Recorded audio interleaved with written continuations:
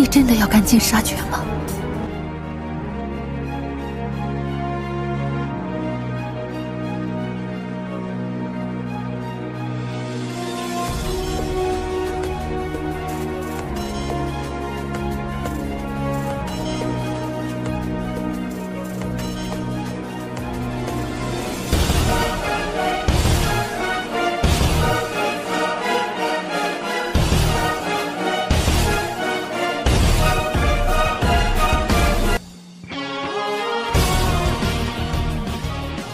Mimin akan kembali mendongeng alur cerita film yang berjudul Battle Through the Heavens. Dan mohon maaf apabila tidak sesuai dengan videonya ya, karena alur yang Mimin sampaikan ini belum dirilis filmnya. Dan Mimin ingatkan kembali, konten ini full spoiler, yang tidak suka boleh di skip ya. Yang suka semoga terhibur. Tanpa basa-basi kita mulai.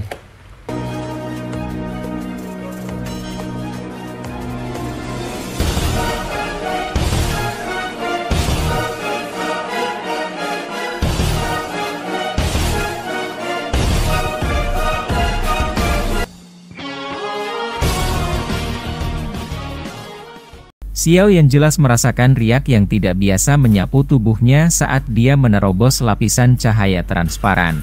Riak ini dengan cepat menghilang ketika melakukan kontak dengan api jantung yang jatuh di tubuhnya, memungkinkan tubuhnya berhasil memasukinya.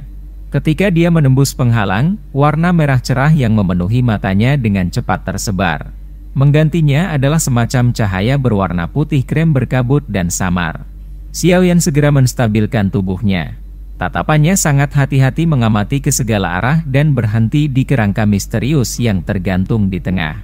Ruang di tempat ini jelas merupakan penghalang cahaya yang dilihat Xiao Yan sebelumnya. Mungkin itu karena penglihatannya, tapi tempat ini tampak jauh lebih besar saat ini. Namun, seseorang masih bisa melihat seluruh tempat dengan pandangan sekilas. Xiao Yan menoleh saat matanya mencari di luar penghalang cahaya. Pemimpin kadal api berwarna darah ditemukan olehnya. Ekspresinya segera menjadi agak serius. Dia tidak menyangka bahwa ras magma misterius ini benar-benar memiliki ahli seperti itu. Kekuatan orang-orang kadal berwarna darah ini jelas lebih besar dari yang dia bunuh sebelumnya. Menurut tebakan Xiao Yan, kemungkinan mereka sudah mencapai puncak kelas Dou Huang. Siapa yang tahu jika ada orang yang lebih kuat dalam perlombaan kadal api ini? Jika ada, situasinya akan menjadi sangat disayangkan. Kekuatan Xiao Yan mungkin tidak akan berkurang drastis di dalam magma dengan mengandalkan kekuatan api surgawi. Namun, lawan memiliki keunggulan numerik yang besar. Jika dia dikepung, kemungkinan dia akan memiliki sedikit kesempatan untuk bertahan hidup. Sialan. Dunia magma ini memang tidak setenang yang terlihat di permukaan. Orang-orang kadal api di luar penghalang cahaya sepertinya tidak dapat merasakan lokasinya. Karena itu, mereka mencari ke atas dan ke bawah untuk sementara waktu sebelum bubar ke segala arah di depan mata Xiao Yan. Xiao Yan hanya menghela nafas lega saat sosok merah terakhir menghilang ke magma. Dia mungkin telah membunuh cukup banyak orang kadal api dalam pertempuran besar sebelumnya, tapi dia juga sangat kelelahan. Xiao Yan melayang di ruang putih ini saat dia beristirahat sejenak. Hanya setelah beberapa douki di dalam tubuhnya pulih, dia berdiri dan dengan hati-hati berjalan ke kerangka misterius itu. Saat dia mendekati kerangka misterius itu, Xiao Yan bisa merasakan perasaan pemanggilan di dalam hatinya menjadi semakin padat. Sekarang, dia akhirnya mengerti bahwa isyarat yang dia rasakan di atas magma berasal dari kerangka misterius ini atau api jantung yang jatuh. Matanya melayang di atas kerangka misterius itu sedikit lebih lama sebelum tatapannya tanpa sadar terlempar ke api tak terlihat di kerangka. Api jantung jatuh ini hanya seukuran kepala. Suhu yang dipancarkannya jauh lebih rendah dari yang di dalam tubuh Xiao Yan. Selain itu, nyala api tak terlihat yang tidak tampak ganas ini sepertinya sudah ada sejak lama. Namun, Xiao Yan tidak tahu mengapa dua api surgawi yang sama muncul di tempat yang sama. Adegan misterius semacam ini adalah sesuatu yang Xiao Yan belum pernah dengar. Matanya tertuju pada api jantung jatuh. Dia menghirup udara dalam-dalam. Bayi, api surgawi, ini mungkin memiliki beberapa kegunaan untuk mantra api, tapi sepertinya itu tidak akan terlalu bagus. Bagaimanapun, evolusi, mantra api, membutuhkan energi yang cukup menakutkan. Jelas dari melihat benda kecil ini bahwa ia tidak memiliki energi yang diperlukan. Tangan Xiaoyan mengusap dagunya. Dia merenung sejenak sebelum tangannya tiba-tiba berhenti. Sukacita muncul di matanya. Bayi api jantung jatuh ini mungkin tidak banyak berguna baginya, tapi itu pasti akan menjadi Zhou yang turun dari langit menuju Akademi Dalam. Begitu mereka memiliki benda ini, menara pemurnian Ki Langit yang berkobar akan dapat dibuka lagi. Selain itu, efeknya tidak akan banyak melemah dibandingkan dengan masa lalu. Selama ada jumlah douki yang tak henti-hentinya dituangkan, itu akan memungkinkan aktivasi menara pemurnian Ki Langit berkobar yang disebut akselerator pelatihan. Dengan demikian, tidak hanya Akademi Dalam yang mendapat manfaat darinya, tetapi bayi api jantung jatuh ini akan dapat berevolusi secara bertahap. Pada waktunya, itu pasti akan berkembang menjadi api surgawi yang matang. Selain itu, api surgawi yang dipersiapkan sejak muda akan jauh lebih mudah dijinakkan di masa depan. Bagaimanapun, api surgawi akan berevolusi dan membentuk kecerdasannya sendiri cepat atau lambat. Pada saat itu, akan sedikit berbeda dengan orang biasa. Itu pasti akan melindungi Akademi Dalam seperti rumahnya ketika saat itu tiba. Akankah Akademi Dalam tidak memiliki penjaga pamungkas tambahan pada saat itu? Kegembiraan meningkat dalam hati Xiaoyan ketika dia memikirkan banyak manfaat yang akan didapatnya untuk Akademi Dalam. Dia selalu merasakan sakit kepala dan rasa bersalah ketika berhadapan dengan masalah bagaimana menyelesaikan sepenuhnya kelelahan menara pemurnian langit Ki yang berkobar. Munculnya bayi api jantung jatuh ini tidak diragukan lagi telah menyelesaikan masalah ini. Sedikit rasa bersalah di dalam tubuhnya akhirnya akan lenyap. Dia perlahan berjalan ke depan. Dia meringkuk tangannya dan menangkap bayi api jantung jatuh. Ketika dia hanya sekitar 2 meter dari kerangka itu, cahaya putih terang tiba-tiba muncul dari bagian dalam kerangka putih. Perubahan tak terduga yang tiba-tiba menyebabkan Xiaoyan terkejut. Dia buru-buru mundur.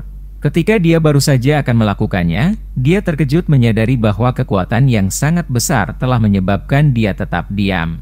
Tubuh Xiaoyan yang diam menyebabkan ekspresinya berubah dengan cepat. Sebuah gagasan melarikan diri masih ada di dalam hatinya. Cahaya putih di depannya bergoyang perlahan sebelum berubah menjadi sosok manusia tua yang ilusi. Sosok manusia itu mengenakan jubah berwarna putih. Rambutnya seputih salju dan dia memiliki wajah tua. Kedipan samar melintas di kedua matanya. Sosok manusia ilusi ini baru saja muncul ketika Xiaoyan merasakan semacam perasaan tertekan yang menyebar dari hatinya. Api jantung jatuh, betapa tak terduga telah ditundukkan oleh seseorang. Sosok manusia ilusi melirik Xiaoyan sebelum dia segera berbicara. Suaranya dipenuhi perasaan yang sulit digambarkan. Hati Xiaoyan tanpa sadar merasakan hawa dingin saat mendengar kata-kata ini. Dia secara alami tahu bahwa sosok manusia ilusi di depannya adalah tubuh spiritual. Namun, dia tidak menyangka bahwa pihak lain telah berhasil melihat api jantung yang jatuh di dalam tubuhnya secara sekilas. Anak kecil ini tidak menyadari bahwa Pak Tua ada di sini dan telah mengganggu dengan kasar. "Tolong maafkan aku." Xiaoyan berbicara dengan sangat sopan sementara pikiran dengan cepat melayang di sekitar hatinya. Sosok manusia ilusi mengabaikan kesopanan Xiaoyan saat tatapannya menatap Xiaoyan sejenak. Akhirnya, dia memberi isyarat dengan tangannya. Dengan isyarat dari sosok manusia tua, Xiaoyan terkejut menemukan bahwa api hati yang jatuh di dalam tubuhnya terbang tak terkendali sebelum akhirnya mendarat di tangan pihak lain. "Pak Tua, apa maksudnya ini?" Adegan ini menyebabkan hati Xiaoyan tenggelam saat dia berteriak dengan marah. Api jantung jatuh seperti ular panjang tak terlihat yang bertahan dan bergerak di sekitar telapak tangan sosok manusia tua itu. Cara patuh itu menyebabkan ekspresi Xiaoyan berubah sedikit. Dia jelas sudah sepenuhnya menyempurnakan api jantung jatuh. Bagaimana mungkin bisa menjadi patuh di tangan orang asing? Mengapa? Apakah kamu terkejut? Orang tua itu melirik Xiaoyan, hampir seperti dia menyadari keraguan di hati Xiaoyan. Senyum yang tidak diketahui muncul di sudut mulut Xiaoyan saat dia dengan samar menjelaskan. "Ini karena aku adalah pemiliknya. Meskipun kau telah menyempurnakannya, itu tetap tidak menimbulkan banyak perlawanan bagiku. Terlebih lagi, apakah kamu benar-benar berpikir bahwa kamu bisa mengalahkanku dalam kemampuan mengendalikan api? Pemilik sebelumnya, mata Xiaoyan sedikit menyusut saat mendengar kata-kata ini. Dia tertawa terbahak-bahak, Pak Tua seharusnya tidak menggodaku yang kecil. Saat aku memadamkan api jantung yang jatuh saat itu, aku tidak merasakan bahwa itu memiliki pemilik. Kamu secara alami tidak dapat merasakannya karena aku telah memberikannya kebebasan ketika aku akan mati. Tidak salah untuk mengatakan bahwa itu tanpa pemilik pada saat itu. Orang tua berjubah putih itu tertawa. Xiaoyan tertegun. Dia tidak berharap bahwa dia akan bertemu dengan pemilik sebelumnya dari api jantung jatuh di tempat ini. Jika apa yang dikatakan lelaki tua itu benar, kemungkinan dia telah mati selama beberapa tahun. Setidaknya, penatua pertama Suqian sama sekali tidak menyadari cara ini. Namun, hal yang paling dikhawatirkan Xiaoyan adalah apakah orang tua ini akan mengambil kembali api jantung jatuh. Api surgawi sangat penting bagi Xiaoyan. Jika itu direnggut dengan paksa darinya, itu akan menyebabkan banyak kerugian padanya. Karenanya, dia harus menyimpannya terlepas dari apa yang terjadi bahkan jika dia harus mempertaruhkan nyawanya. Orang tua berjubah putih di depannya mungkin seorang ahli tertinggi tetapi dia pada akhirnya hanyalah tubuh spiritual saat ini. Selain itu, melihat ketipisan roh, sepertinya dia tidak terlalu kuat. Tenang, aku tidak akan merebut api jantung jatuhmu. Sebenarnya, aku sudah lama menjadi orang mati. Semangatku telah menderita berbagai macam kesulitan selama bertahun-tahun ini. Hal yang kau lihat sekarang hanyalah seutas jejak-jejak spiritual yang tersisa. Itu tidak bisa membahaya kamu. Orang tua itu dengan samar menjelaskan. Xiaoyan merasa agak malu ketika dia akan menghela nafas lega setelah mendengar kata-kata yang menargetkan apa yang dia pikirkan. Dia buru-buru tersenyum dan berkata, senior ini berbicara terlalu serius. Bolehkah aku tahu nama Pak Tua? Orang tua berjubah putih itu tersenyum. Senyumannya memiliki kebanggaan yang muncul dari dalam tulangnya saat dia berkata, aku yang dulu adalah Yao Tianhuo. Orang lain juga memanggilku Tianhuo Zunse. Zunse?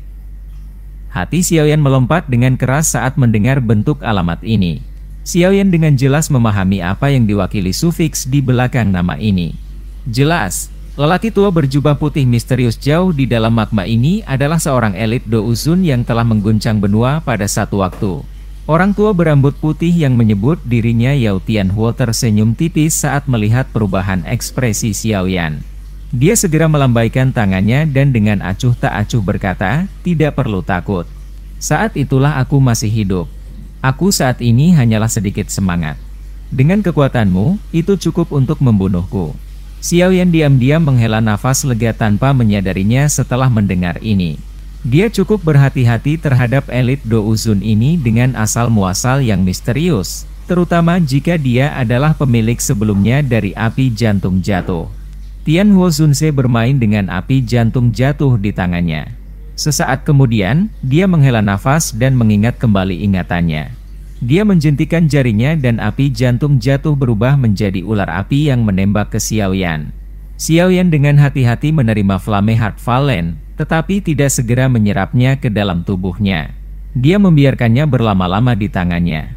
Hanya setelah dia gagal menemukan sesuatu yang salah dengannya, dia dengan hati-hati menyerapnya ke dalam tubuhnya. Ketika dia mendapatkannya kembali, hati-hati dalam Xiaoyan akhirnya sedikit memucat. Dia segera tersenyum dan dengan sopan berkata, anak kecil ini sembrono. Aku tidak tahu bahwa Pak Tua ada di tempat ini. Mohon bersabarlah jika aku telah menyinggungmu. Tianhuo Zunse melambaikan tangannya dan menatap Xiaoyan. Dia segera menunjuk ke bayi nyala tak terlihat dan bertanya dengan samar, apakah kamu juga tertarik dengan api jantung jatuh ini? Hati Xiaoyan menjadi dingin setelah mendengar pertanyaan Tianhuo Zunse. Dia segera tertawa datar dan berkata, itu adalah milik tuan tua ketika masih hidup. Aku yang kecil untungnya mewarisi semacam api jantung jatuh. Aku sudah puas. Anak kecil, jangan gunakan taktik seperti itu di depanku. Saat aku menggertak orang di benua Douki, kakekmu bahkan mungkin belum lahir. Tianhuo Zunse tersenyum saat dia menghukum. Xiaoyan tanpa sadar merasa sedikit malu saat mendengar ini. Orang tua ini sudah lama melihat melalui pikirannya. Tatapan Tianhuo Zunze agak nostalgia saat dia melihat api jantung jatuh. Dia perlahan berkata, api jantung jatuh pertama yang kutemukan ketika aku datang untuk mencari tempat ini saat itu. Aku menghabiskan beberapa tahun sebelum untungnya menaklukkannya. Itu adalah nyala api di dalam tubuhmu sekarang.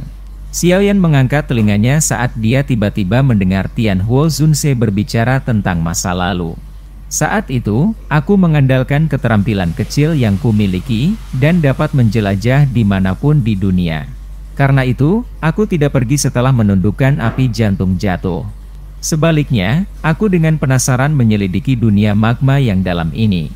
Tianhuo Zunze menghela napas panjang yang terengah-engah mengandung desahan, merasa agak menyesal karena kecerobohannya saat itu. Setelah masuk jauh ke dalam dunia magma, aku telah menemukan benih api surgawi di dalamnya. Penemuan ini membuatku sangat bersukacita. Karena itu, aku dengan rakus ingin juga menundukkan benih api surgawi, api jantung jatuh. Pada akhirnya, dua api bercampur di dalam tubuhku. Tidak hanya mereka tidak dapat bergabung dengan sempurna, tetapi malah saling mengucilkan seperti musuh. Pertempuran api surgawi menyebabkan tubuhku terluka parah. Pada saat ini, aku tiba-tiba diserang. Tianhuo Zunze menghela nafas. Orang-orang kadal api itu? Sebuah pikiran melewati hati Xiaoyan saat dia bertanya. Sepertinya kamu juga telah melakukan kontak dengan mereka. Tianhuo Zunze juga agak terkejut saat mendengar kata-kata Xiaoyan. Mereka adalah orang-orang yang telah mengepung dan menyerangku sebelumnya. Aku hanya menerobos masuk setelah tidak punya pilihan lain. Xiaoyan mengusap kepalanya dan tertawa terbahak-bahak. Orang-orang kadal api itu sepertinya orang aborigin yang tinggal di tempat ini. Mereka ada banyak. Selain itu, tidak ada kekurangan ahli pamungkas yang bisa bersaing dengan Do Uzun. Saat itu, aku bertemu dengan ahli balapan kadal kelas Do Uzun. Jika aku berada dalam kondisi puncak, aku tidak akan takut akan hal itu. Sayangnya, pertempuran dua api surgawi telah menyebabkan tubuhku terluka parah. Kamu juga bisa menebak akhir cerita setelah itu. Aku menderita cedera fatal setelah pertempuran besar itu. Namun, beruntung para ahli ras kadal ini tidak mengetahui tentang kekuatan spasial. Karena itu, mereka kesulitan menemukan tempat aku bersembunyi. Mata Tianhuo Zunze memiliki penampilan yang agak mencengangkan. Tampaknya pertempuran besar saat itu telah tertanam jauh di dalam ingatannya. Meskipun aku berhasil menyembunyikan tubuhku, aku juga mengalami cedera serius. Tubuhku secara bertahap hancur tidak lama kemudian. Dengan nafas terakhirku, aku melepaskan api jantung jatuh yang telah aku taklukkan. Jiwaku terikat pada benih api surgawi, berniat menggunakannya untuk bertahan hidup. Namun, setelah bertahun-tahun, jiwaku tidak dapat bertahan. Jika tidak ada orang lain yang memasuki tempat ini dalam 2 tahun, jiwaku mungkin akan benar-benar lenyap. Hati Xiaoyan tergerak sedikit saat mendengar ini. Dari kata-kata ini, Tianhuo Zunze di depannya ini tidak bisa dikatakan benar-benar mati. Begitu kekuatan seseorang mencapai tingkat Do Uzun, seseorang masih memiliki kesempatan untuk bangkit kembali kecuali jika rohnya tersebar. Salah satu contohnya adalah Yao Lao. Selama tubuh yang dapat menampung jiwanya dimurnikan, dia akan dapat bangkit kembali dan kembali ke puncaknya. Namun, jiwa Yao Lao terpelihara dengan sempurna. Jiwa Tianhuo Zunze di depannya ini, bagaimanapun, cukup tipis. Sangat sulit untuk mengatakan apakah dia bisa pulih. Setelah bertahun-tahun, tak terduga bahwa benih api surgawi saat itu secara bertahap berevolusi menjadi bentuk api jantung. Namun, ini masih dalam tahap bayi. Tianhuo Zunze memberi isyarat dengan tangannya dan bayi api jantung jatuh dipegang di dalamnya. Dia tersenyum saat melirik Xiaoyan. Dia dengan samar bertanya, apakah kau ingin mendapatkannya? Xiaoyan menganggukkan kepalanya dengan jujur kali ini. Dia segera dengan hormat berkata, Pak Tua, beritahu anak kecil ini tentang kondisimu jika kamu bersedia memberikan bayi ini api jantung jatuh. Selama anak kecil ini mampu melakukannya, aku tidak akan menolak. Meskipun pihak lain telah mengatakan bahwa kondisinya saat ini adalah kondisi yang dapat dengan mudah dibunuh Xiaoyan, dia tidak sepenuhnya mempercayai kata-kata ini. Bagaimanapun, tidak peduli bagaimana orang mengatakannya, pihak lain adalah Do Uzun asli. Xiaoyan tidak akan percaya bahwa dia tidak memiliki taktik tersembunyi. Karena itu, lebih baik jika Xiaoyan bertindak lebih sopan sebelum dia menjadi percaya diri. Ekspresi Tianhuo Zunze tidak berubah setelah mendengar kata-kata Xiaoyan. Dia merenung sejenak sebelum perlahan berkata, bukan tidak mungkin bagimu untuk memilikinya. Namun, kamu harus membantuku. Tentu saja, kau dapat yakin bahwa aku akan memberimu hadiah yang cukup. Pak Tua, tolong bicara. Hati Xiaoyan tergerak saat dia berbicara sambil tersenyum. Aku dapat melihat bahwa kekuatan api di dalam tubuhmu sangat kuat. Selain itu, nyala api mengandung aura kayu yang sangat redup. Aku pikir kau adalah seorang alkemis, kan?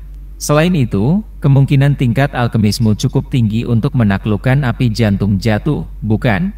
Tianhuo Zunze tersenyum saat berbicara. Dia memang layak menjadi seorang elit Douzun.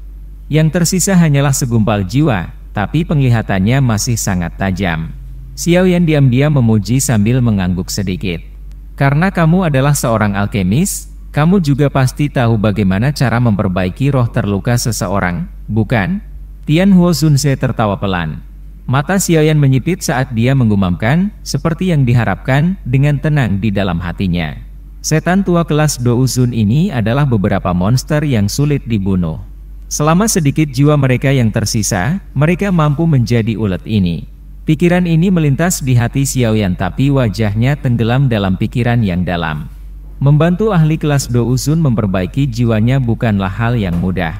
Selain itu, dia baru saja bertemu Tianhuo Zunze, dan sama sekali tidak menyadari karakter pihak lain. Jika dia secara acak membantu dan membiarkan yang terakhir pulih, pihak lain mungkin akan datang dan merebut api surgawi di tubuhnya. Apa yang akan dia lakukan? Anak kecil, kamu bisa yakin bahwa selama kamu bisa memperbaiki jiwaku, aku bersumpah bahwa aku tidak akan menyakitimu di masa depan. Tianhuo Zunze tanpa sadar tersenyum saat melihat Xiaoyan tenggelam dalam pikirannya. Dia perlahan berbicara sebelum memberi isyarat dengan tangannya. Cincin penyimpanan seputih salju dari kerangka di sampingnya terbang dan jatuh ke tangannya. Dengan jentikan jarinya, sebuah gulungan berwarna putih pucat muncul di depannya. Binatang terbang, yang memancarkan api dari tubuh mereka, ditarik ke atasnya. Ini adalah teknik Dou yang dulu membuatku terkenal saat itu, teknik mengusir api 5 cincin. Tidak tepat untuk menggambarkannya sebagai teknik Dou. Ini harus dideskripsikan sebagai metode pengendalian nyala. Tianhuo Zunze melemparkan gulungan itu ke Xiaoyan dan berkata, selama kau membantuku, benda ini akan menjadi milikmu. Jika kau meragukan ketulusanku, kau dapat mengambil gulungan itu terlebih dahulu. Belum terlambat bagimu untuk membantuku memperbaiki jiwaku setelah kau menemukan bahwa tidak ada yang salah dengan itu. Xiaoyan dengan hati-hati menerima gulungan itu. Dia ragu-ragu sejenak sebelum dengan hati-hati menariknya terbuka perlahan. Teknik mengusir api 5 cincin, keterampilan kontrol api. Teknik ini dibagi menjadi 5 kategori berdasarkan bentuk binatang, serigala, macan tutul, singa, harimau, ular. Setiap jenis binatang memiliki roh apinya sendiri. Setelah penguasaan sepenuhnya teknik api ini, 5 binatang dapat berkumpul dan membentuk formasi api mengusir api 5 cincin. Ia memiliki kekuatan luar biasa untuk merebus laut dan membakar langit. Tatapan Xiaoyan mengamati pengantar yang agak sederhana ini perlahan. Tatapannya segera berhenti pada deretan kata-kata kecil terakhir. Jika 4 dari 5 binatang diaglomerasi dari api surgawi, kekuatan teknik ini sebanding dengan teknik Dou kelas Tian. Mata Xiaoyan menatap tajam ke 4 kata ini. Dia menghirup udara dingin di dalam hatinya. Dia bahkan tidak pernah mendengar informasi sedikit pun tentang teknik Dou kelas Tian selama bertahun-tahun ini. Teknik Dou kelas tertinggi yang dia temui kemungkinan besar adalah keterampilan segel dewa yang diberikan Sun Er padanya. Meskipun begitu, seseorang harus mencapai penguasaan penuh untuk masuk ke pintu masuk teknik Dou kelas Tian.